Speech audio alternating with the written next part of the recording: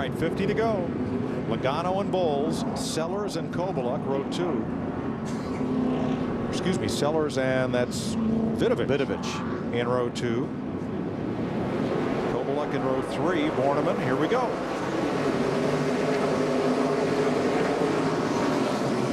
Peyton Sellers drive to the inside. Going to pull up beside Logano. Boy, teammates almost got together there, the 6 and the 9. Oh, Alex Haas spins out, keeps going. No caution flag. Oh, Mike David into the front stretch wall. Just barely made contact with that right front corner. Caution flag is out. See if Mike can get that car turned around, stay on the lead lap. He is able to. The 2007 champion of Camping World West, Randy Lynch.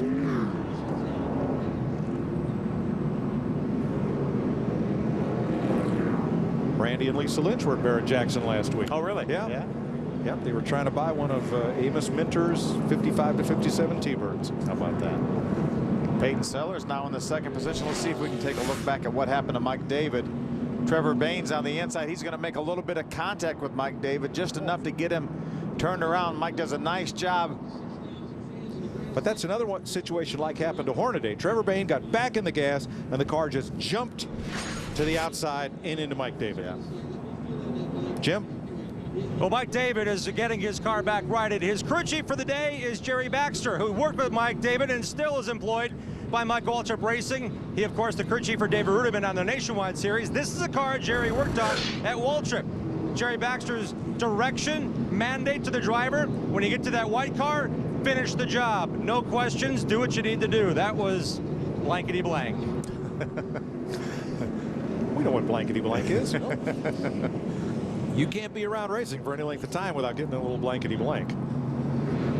I'm just amazed by that 83 car of Peyton Sellers. Now has driven that car up into the second position. We'll see what he can do with Joey Logano on this restart. He was able to get by the 6 of Jason Bowles to take over that second spot. There is Peyton at work. This time, I believe Alex Kennedy will be the free pass. He'll get back 1 of the 2 laps that he is behind when we get ready to go back to green. That was a huge break for Alex Haas. Remember, we saw just tail end of him getting turned around. He lost about a half or to 3/4 of a lap during that spin, and now he will be able to close right up with the rest of these lead lap cars.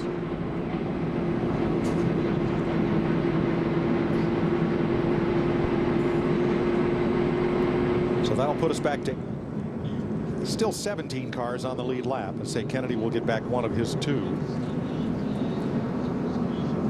That's what this looks like, and we'll go back to green. 45 laps remain. Now Sellers is pulling up because Bowles is there contesting that second spot. Bowles, Logano, Sellers. A little discussion there. How about Jim Warren in that 10 car? He started 40th in this field. He got the last transfer position in our last chance race, the Open, and he now has made his way up to the 11th spot. He wouldn't even be in the show if the 03 hadn't tried to win it all on the last lap of the transfer race and spun out. And boy, have they made the most of it. Nice job. He's had a great drive. He did get the lucky dog once, but he's on the lead lap in 11th place and trying to stay very unnoticed. Jim?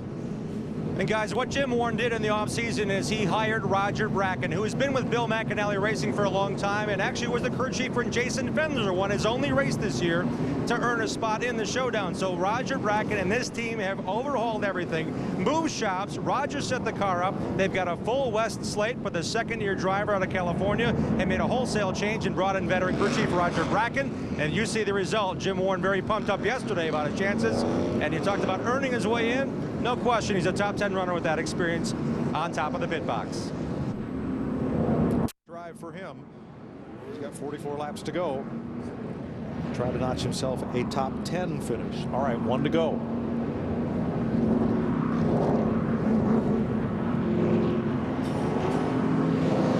Bowles, Logano, Sellers, Vidovic, Kovaluk, Mayhew,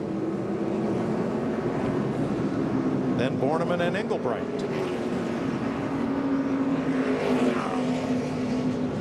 Now Joe Logano has the outside line for this restart. Remember, Jason Bowles had the outside line for the last restart. He parlayed that into the lead.